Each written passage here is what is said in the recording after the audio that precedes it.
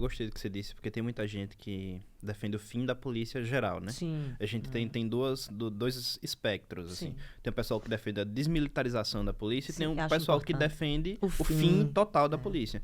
E aí, eu acho que alguns questionamentos têm que ser levantados. Por exemplo, apesar da gente ser um estado extremamente perigoso e violento, não se compara a um Rio, por exemplo. Sim. Mas mesmo assim, receber o que o policial recebe. A gente tá falando assim de policial de rua. Sim.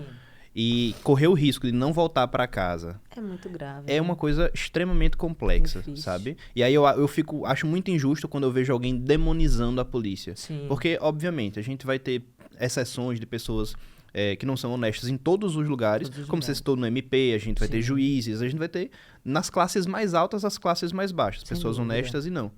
E aí, no caso da polícia, como existe esse risco iminente, eu acho que é um pouco mais pesado isso. E aí eu que já queria perguntar sobre a desmilitarização da polícia. Como é que tu vê isso? Você acha importante? E o que é? Eu acho fundamental que a gente desmilitarize a polícia, né?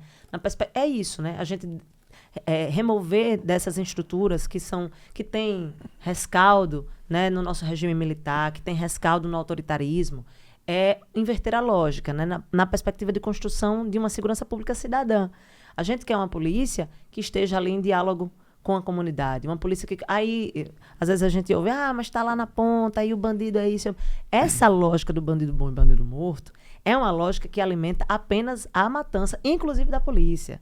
É por isso que é tão difícil dialogar, porque quando a gente vai dialogar com essa galera que constrói esse discurso, que é um discurso eleitoreiro, é uma galera que vai e diz, não, tem que armar, tem que ser mais, tal. É uma galera que constrói isso na perspectiva de ganhar voto, porque às vezes a gente não consegue pedagogicamente explicar para a população que, na verdade, é isso que tem causado mais violência. Não só isso, mas isso também incentiva a violência. Eu acho importante, Will, que assim, para além de a gente pensar na construção, nos trabalhadores da segurança pública em si, Sim. porque eles são enxergá-los como trabalhadores e trabalhadoras, né? Sim. Como você disse, a pessoa que vai na ponta, que está com salário baixo, que não recebe periculosidade, que vai enfrentar, né, a criminalidade na rua, e às vezes a gente não consegue, o próprio policial, o próprio trabalhador não consegue enxergar que ele está sendo jogado ali pelo poder político e econômico e que ele está defendendo essa lógica que é contrária a ele mesmo, né? Uhum. Então, acho que a gente tem que mudar para além do diálogo com o próprio policial, que tem que manter sempre, e da desmilitarização da polícia, a gente tem que mudar o olhar de quem gere a polícia. Tem que mudar o olhar de quem comanda o Estado. Por isso que, às vezes, eu fico muito angustiada quando vou para determinados debates, vou para determinados lugares, e a gente não tem candidato que tenha coragem de dizer que precisa pautar a desmilitarização da polícia. Porque acha o quê? Porque perde voto.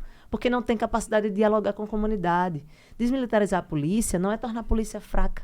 Desmilitarizar a polícia não é tornar a polícia incapaz de resolver os nossos problemas. Ao contrário, é tornar a polícia eficiente.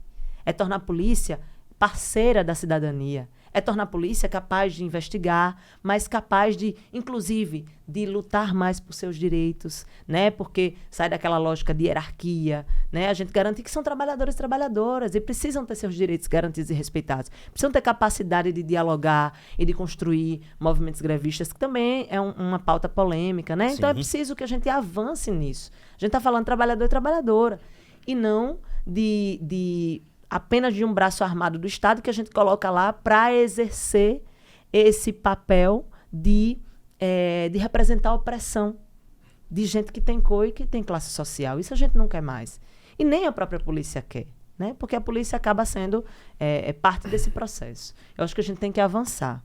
E a gente tem que começar fazendo isso a partir de um olhar que humanize quem vai comandar o Estado.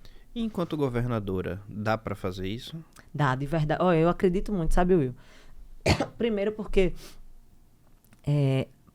a gente tem independência, né? Independência. A gente não tem, assim, um projeto pessoal de governo, né? A ideia... Eu, por exemplo, você sabe que eu estava relativamente afastada. Então, a gente vem...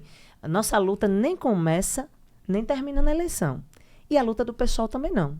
O PSOL é um partido que é autor da DPF 828, que impediu despejos forçados do povo durante a pandemia. O PSOL é um partido que está na luta das catadoras de Mangaba, que está na luta do MTST, do Centro Administrativo, né? Então, o PSOL é esse partido diverso que está na luta para além do processo eleitoral. É claro que o processo eleitoral sempre nos fortalece a caminhada política. Então, veja, é possível porque a gente, além de ter compromisso e aliança com a população e com as demandas da população, a gente tem capacidade de dialogar com as categorias.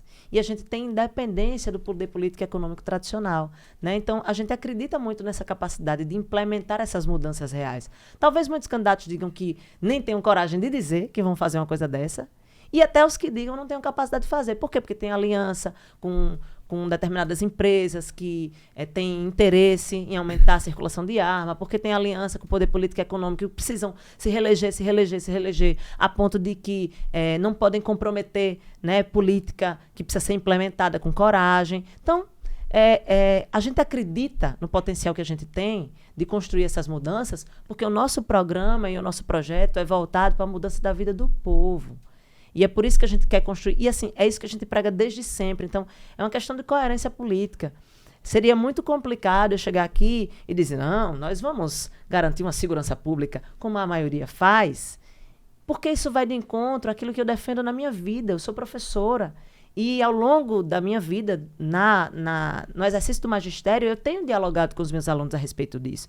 Eu tenho dialogado com os meus alunos a respeito da necessidade de a gente combater essa lógica de inimigo, de a gente partir para uma outra construção, um outro modelo de sociedade. Uhum. Então, eu não posso chegar no governo e fazer diferente disso. E eu acho que a gente tem muito potencial de mudar. É claro que ninguém vai, em 2 minutos... né? Não há mágica na sociedade, mas o processo político de mudança ele acontece a partir da luta. Entendi.